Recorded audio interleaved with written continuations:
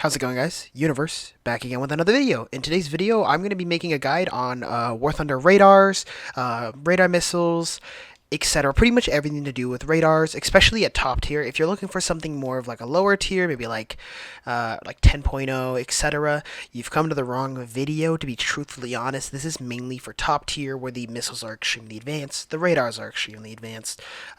So with that being said, I'm just going to get straight into it. I'm going to go with a really common vehicle that a lot of people have and maybe struggle with radar-wise. That one being the F4S Phantom. We're going to go into a test flight here, and I'm going to give you guys basically the rundown on settings you guys should have, and the most important ones, what they do, and how to use them in the most proper way possible. I'm probably going to cut this into the beginning, so if you're watching this, we're pretty much halfway through the video, but I'm going to add this to the beginning. If you want to know how to make it so that you can see your radar in a rectangular like that, you just select use rectangular radar indicator. This is what you want to have on. This will pretty much just give you a better view of your radar. It helps you spot enemies so much easier. And I would turn this off if it already isn't. Target cycling switching of aircraft radar and constant elevation of radar antenna. These two I'd have on. I'd have everything else on if I were you. Obviously, this is personal preference. You don't have to do this. It's not the end of the world, but that's what I have, and that's how you're going to be able to track. If I go here, it'd be these ones here. So vertical and horizontal, I have these set for my my arrow keys on my keyboard, and then obviously on my numpad I have one for my secondary radar lock, so that if I'm using this, I can just press 1 and it'll lock the target, rather than having to go to my keyboard and press F2, if that makes sense. So I can pretty much control my radar using my right hand, let go of my mouse obviously, lock a target, go back to my mouse, and fire off my radar missiles. It's extremely easy. It's extremely fun. I'm going to be honest with you guys. Another one, too, that you should set up is radar tilt control access for up, down, and side to side. Let's see. What that pretty much does is it allows you to go up and down so you can see higher up. With your radar signal, and lower down with your radar signal as well too. So with that, we're going to go into settings here. If I can actually go in, there we go, controls. You're going to go up to the search bar, just search up radar. This is going to have everything that you need. The only ones that are extremely important, in my opinion, this could be based on other things. For me, this is the only ones I've ever needed to use. I feel like everything else is a complete waste of time, and it's just going to make you more confused in the long run. And radars are extremely difficult. They're not easy, and it's a huge learning curve, especially going from F86 to F14. It's a complete 180. You know, you think you understand basic game mechanics like aiming, energy retention, how to fly the best way possible, and then you get to radar missiles, and everything out that just gets thrown out the window because everything changes. So with this, we have switch radar, IRST, search on and off. This one is extremely important because sometimes in strategies, you may want to have your radar off. There's going to be times where you may be the last pair alive, and there's maybe 1 or 2 people alive, and sometimes, yes, it can be good to have your radar on to search for them.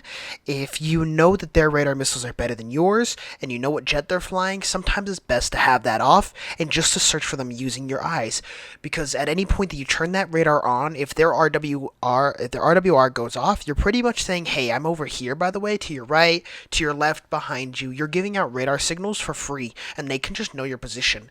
But when you have yours off, you're not giving a free signal out to show your location. And if they somehow spot you, yes, they're going to see you on radar, but now you know the direction where they're in, and you can use that to your advantage to maybe hide behind mountains, etc., stay low, whatever the case may be. This one is extremely important. For me, I have it at Q. You may have your rudder on Q and E. I don't have my rudder set at all. It's just not very useful to have. You just need pretty much your regular yaw axis controls. Those are just the main important ones. If you'd like having your rudder, you can have that whatever you want, and just make whatever keybind. Make it very important, though, that the keybinds you have are extremely close and available, because radar situations are important. You're going to need your radar to be accessible as quick as possible. So that's the one main I would have. Pretty much what that does is turns it off. So now instead of a radar having it on, if I press Q, it turns it off. It's pretty simple. It's straightforward, and most of these will be extremely quick. The next one that I have is change radar mode slash IRST mode. I have this set to 3. What this does is pretty much changes the way the radar tracks. So if you look over here, you see SRC. I don't know the exact abbreviation, if I'm being quite honest. I just know what it does. It's not pulse Doppler, so this one is just tracking a signal that it's getting. But the problem is that also means ground clutter. Whatever signal sends back, it's getting that signal, that means even the ground as well too. And I may be wrong on that. I don't really care about the logistics. I understand how to use radar. It's whatever. If you want to know the full logistics, go look it up on real life videos and DCS videos, etc. We're playing War Thunder. It's not that deep. But if you press that button, for me, I have it set to 3. What that'll do is change the radar mode. So SRC PDV HDN. PDV is going to stand for pulse Doppler. I don't know what the V means. I don't really care, to be honest. The only thing that's important is the PD. If your radar has a PD or an MTI mode, both are pretty much pulse Doppler. MTI is a little bit worse, but pulse Doppler just pretty much means that it's just a signal of a target coming towards you, pretty much sending a signal back that's actively moving, if that makes sense. It's kind of weird to explain. I don't really know it much. I don't really care. But this is important because on certain radars like the F4S, its radar is automatically set to SRC. If you have SRC on, you're going to get a worse radar lock on, and it's going to be extremely easy for people to chaff your radar missiles, and you're ultimately useless. But if you change the radar mode to SRC PDV HDN, you're going to have a pulse Doppler radar, which means that if an enemy tries to chaff your radar, it's not going to work, and the radar is going to still continue to track. The only way you're going to be able to get rid of that radar lock is if you notch, which is pretty much turning at a 90-degree angle, or if you completely do a complete 180 and turn around, because it's extremely hard to lock a pulse Doppler radar from someone who is going away from you, if that makes sense. Alright, now that we have that out of the way, let's move on to the next one. We're going to do change radar slash IRST search mode. Search mode. This one I have set to R. What this does is changes the way the radar searches. So you see this line here that's going back and forth over and over. This changes that mode. So if I press R here, it's going to change it to be a lower one, and it's going to be real fast. So this comes with its pros and cons. With this lower one here, you're getting a faster response time on your radar for radar signals. So you're going to get a faster response time, like you see right here. Obviously, it's gone now. You're going to get a faster response time. You're going to be able to see the enemy at pretty much virtually real time because of how fast it's going. But with that con comes that you don't see as much. You can only see within this box area. Within this little box area, that's the only thing you can see. So that's pretty much the con of it. But as long as you have an enemy already locked on radar, or maybe you see them with your radar, but you haven't locked them yet, this would be a good mode to be in. But obviously, if you're still searching, you'd want it on this, which would be the 120x8. This is going to track virtually like everything, and we can even see it from this side here. If we see the radar there, it's tracking this entire thing, and they're going to get a large track from this entire thing. So pretty much anyone in this direction is going to get radar tracked, and you're going to be able to spot people. So obviously for this is extremely, deterrent on how your playstyle is and how you're playing and where you're pointing your radar, etc., etc. I personally, in my opinion, I like to have it on the smallest one possible. I'd much rather have a more realistic track it rather than just looking in a general direction. That way I can just keep an eye on a certain enemy that I want to go after, yada yada yada. You get the gist, you know what I mean? Alrighty, next on to this one. This one is change radar slash IRST scope scale. I have this one set to Z. Again, an extremely easy button to press. What this does, for SRC PDV HDN, this one I cannot change the range, no matter how hard I try. The max range is 5,400 kilometers. I don't know if that's actually real or not, or if that's just a bug, but I can't change it. But if I press 3 to change the radar mode to SRC, you can see the kilometers are here to 19 kilometers. This right here will tell you your range. If I press my button, which is Z for the range scale, this will change it from 19 to 46 now. So for 46 kilometers, I can spot targets. If I change it again, 93 kilometers now, I can check targets. And same thing, I can do it one more time for 185. And actually, ironically, I'm pretty sure one more time as well, too, for 370. So the radar on this thing, if you're looking up in the clouds with SRC, you can see up to 370 kilometers away. That is pretty damn good. That's a pretty damn good radar. Obviously, you are limited to, I believe it's 93 kilometer lock. Once you get anything past 193, you can no longer lock. So that's the distance that it has for locking. So yeah, so that's going to be the range there. We're going to switch on to the next topic. This is the last one. This is the only one left that you need to do, and that is lock radar / IRST on target. This one I have set for F2. Pretty easy one to click. I also have it set to num1.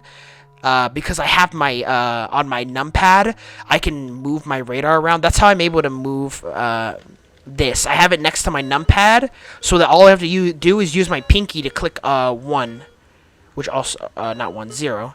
No, it's not 0, 1. If I click 1, that'll select the lock. Obviously, I'm not getting a lock, but you can see if I move my thing, it locks on the left there, or sorry, the right there. If I do it there, you can see a lock on the right. Whoops, just off the screen. But I can move it. This allows me to move it and select a target. This one is more common for jets like the F-14, where you have TWS, J-37 TWS, and the MiG-29. But obviously I can't demonstrate the lock now because I don't have a target to lock. But let me go ahead and take off here, and then I'll show you guys the lock demonstration. Alrighty, so now that we made it quite of a distance, now what I'm going to do is press Q, which is my button to turn my radar on. You're going to see here that our radar mode and our range distance is set to 185. I'm going to lower that. My target is 35 kilometers away, so I only need to go to the 46 kilometer range. Another thing that I want to recommend as well too, I'm going to put this on pause for just a second. One of the main things you want to do when you're at top tier, you never want your radar to be out of pulse Doppler. If you're in TWS, which is trackable search, that is also in pulse Doppler as well too when you get the track.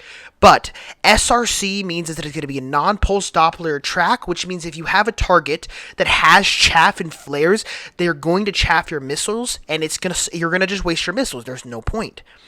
That's why I'd recommend it at all times to have your radar set to pulse Doppler, because you just don't want to risk it. It's just not worth it. Obviously, if you're aware of a jet that's in your game that doesn't have not radar missiles, doesn't have chaff or flares, then obviously you can turn that off if you want to. Even at that, I still wouldn't. I really wouldn't, because you're just not going to get the best lock. That is just pure and simple. Okay, so now that we see our target here, what I'm going to do is I'm going to change my radar mode. If you remember the button that you have, -3. That's going to change it to Pulse Doppler PDV HDN. I'm now going to move my lock thing to try and find the target here. He's at 29 kilometers here. As you can see, this little white dot that's here, I'm going to pause it real quick. The white dot that's here, that is the target on radar. What I'm going to do is I'm going to press my lock button right when I get in between here. That's going to get a lock. Another thing here that we're going to recognize, guys, so we have our thing here that's going to show us our distance of the enemy. If you don't have this here, which tells you the distance, you can just use your radar. It'll tell you the distance. This one right here says that he's 24 kilometers away, and he's coming at us at 443.3 miles per second, I think. Meters per second, maybe. One of the two. I don't really care.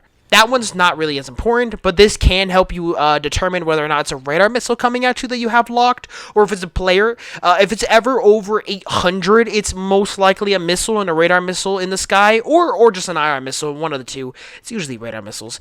If you see it at that, that's how you can usually determine it's a radar missile, or whatever, because most targets are going around 600 to 700 meters per second towards your direction.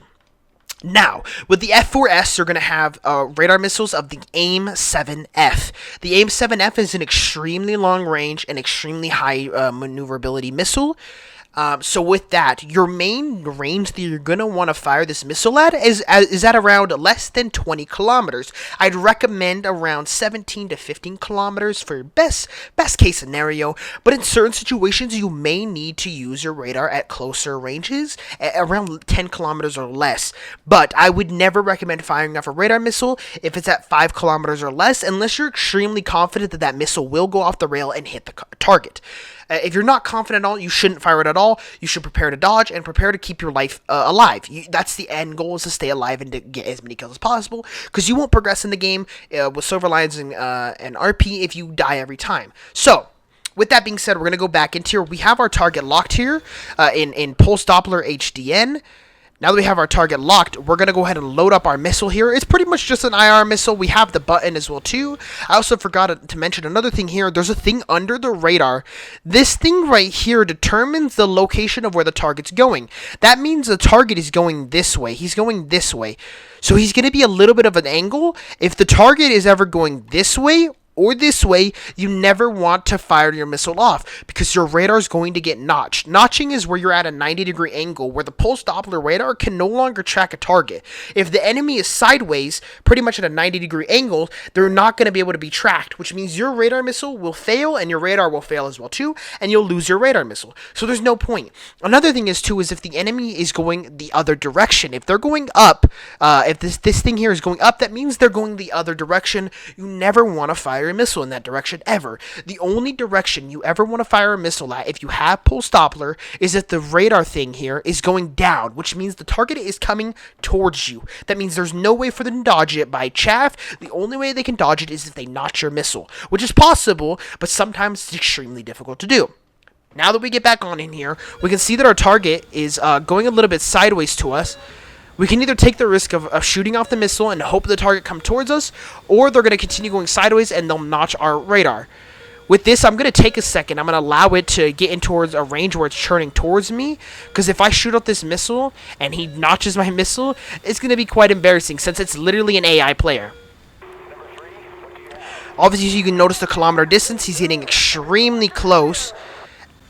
But as we can see, his thing is changing. He's coming towards us. I'm confident now that he's coming towards us, and I can fire off that radar missile. And we can see the thing here is moving closer towards the bottom. And with that, we're going to be getting a guaranteed aim 7F kill, and that's a splash 1. And you get an easy kill there. This is the same thing for a target like this at the bottom. We're going to position our jet towards him, and we're going to move our radar signal down towards him. We're going to lock the target up.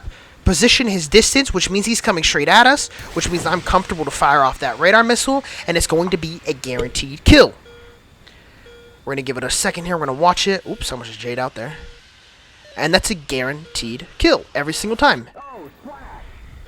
It's extremely easy, but obviously take some time. It's going to be a little bit difficult, and it's going to be rough. There's also one more radar mode I forgot to tell you guys, and that is ACM. ACM is pretty much the wheelchair version of the radar. So sometimes what you're going to have is you don't want to use your radar system or whatever, and you don't want to track people, yada, yada, yada, because some people get really confused by that, and you don't have to use this all the time.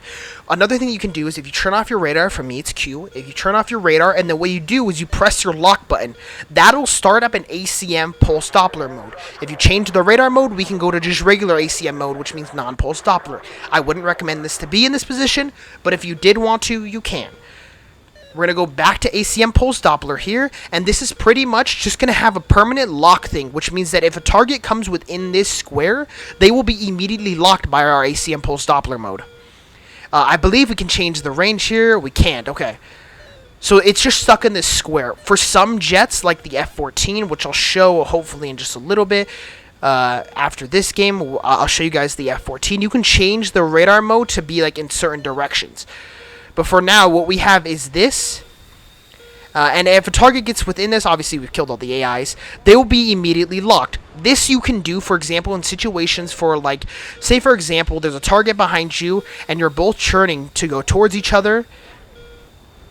If you know for a fact you're not going to be able to go onto your radar, turn your radar on, track the target, then lock them, all you can do is just turn your radar off and then press your lock radar and go into ACM mode. That'll lock them instantly, so that way you don't have to spend any time or waste any time. You can just get a lock and you can just fire your radar missile at around a, hopefully less than 10 kilometer range. And if you get the missile off first, then you automatically win the engagement. But with that being said, there are certain jets that are different. We're going to leave the F4S here. Sorry, I pressed the wrong button. We're going to go into the F14. The F14 is a perfect example for the ACM mode. Let's go in here.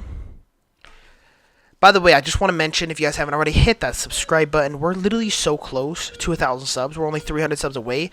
And I really appreciate your love, guys. Thank you guys so much for your support. But let's get back onto this video. And so for this one, obviously, here we have SRC PD HDN. I can change the radar modes to TWS, SRC PDV HDN, SRC, yada, yada, yada. But if I want to go to ACM mode, if I press my We'll go into controls here so I can show you guys.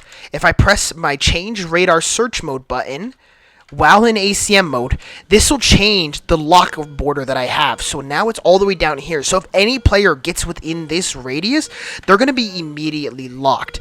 So let me demonstrate this where it's going to be absolutely perfect. Give me just one moment. Another thing too that I forgot to mention, if you're wanting to turn off ACM mode and you want to go back to radar mode, you just press your lock button again. So lock button to turn it on, lock button to turn it off, and then Q again to turn on your regular radar where you can do your regular radar tracking, if that makes sense. Okay, so now that we have our radar ACM mode, I apologize for the RWR, it's quite annoying. We have this radar lock, so this entire lock here is actively searching for a target.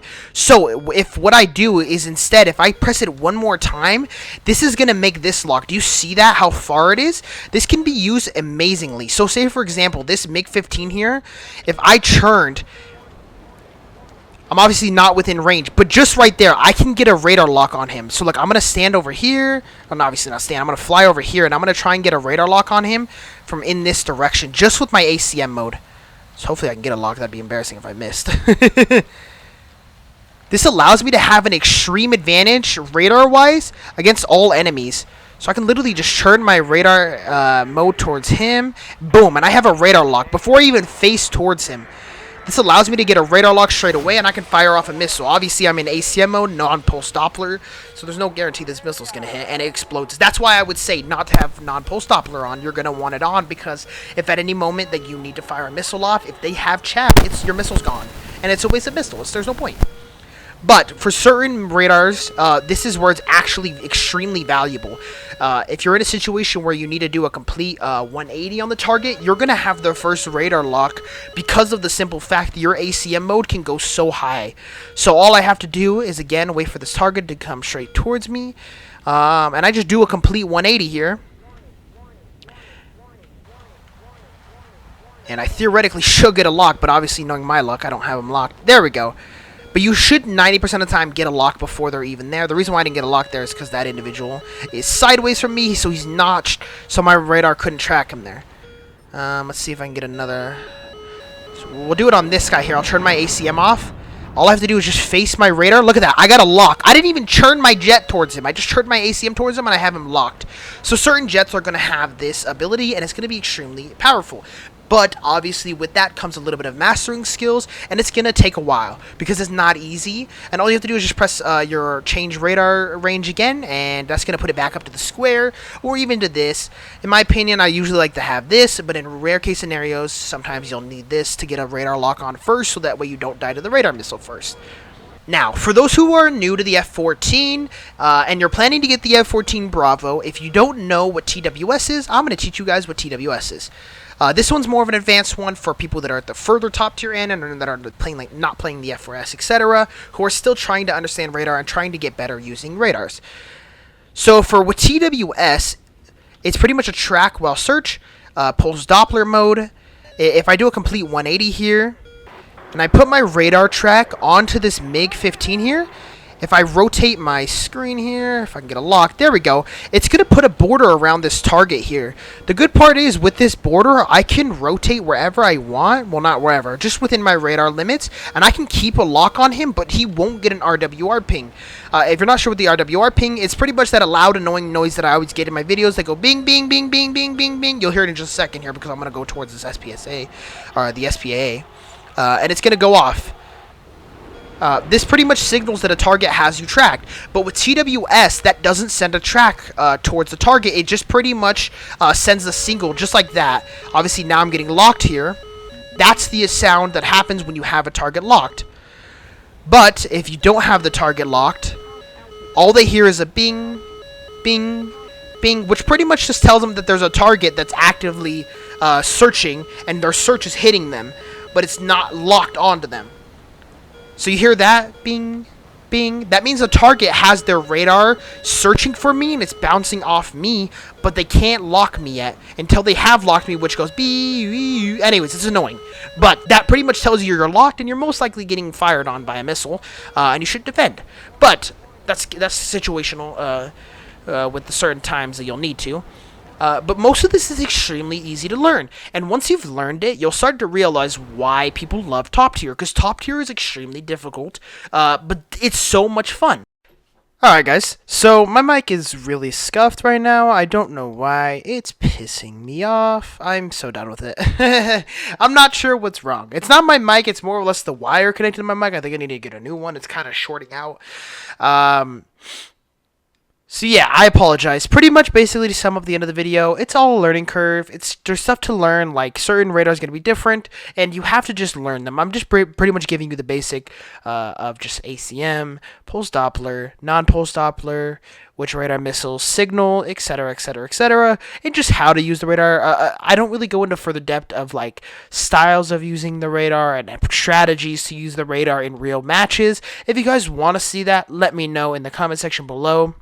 For the most part, everything is extremely easy, and it just takes a little bit of time to get used to, but once you do, you will realize how fun it is. Obviously, some people won't, and that's fine. If you're a prop player and you don't enjoy radar missiles or that shit scares you, I don't blame you. It's really hard to learn, but once you learn it, it's the easiest thing to maintain that muscle memory of how to use radars. It's just that learning curve that you need to learn. But yeah, I hope you guys enjoyed this video. Hopefully this video wasn't too complicated for you guys. And yeah, if you haven't already, boys, hit that subscribe button, hit the like button. Comment what video you guys want to see next, rather it be on like a new jet, etc. And for those who are still watching, my next video will be on the F-14 Bravo. I will spoil that now, and I'm gonna be spading that out for you guys straight away, and I'm gonna have a video guys for you guys as fast as I possibly can. Because truthfully, I want to get the JDF, but I also just don't feel like it will be able to compete. So the F-14 Bravo is the way that I'm gonna go. But yes, I hope you guys enjoy the videos. And I hope you guys stay safe, hit that subscribe button, and yeah, you guys have a good one. Peace.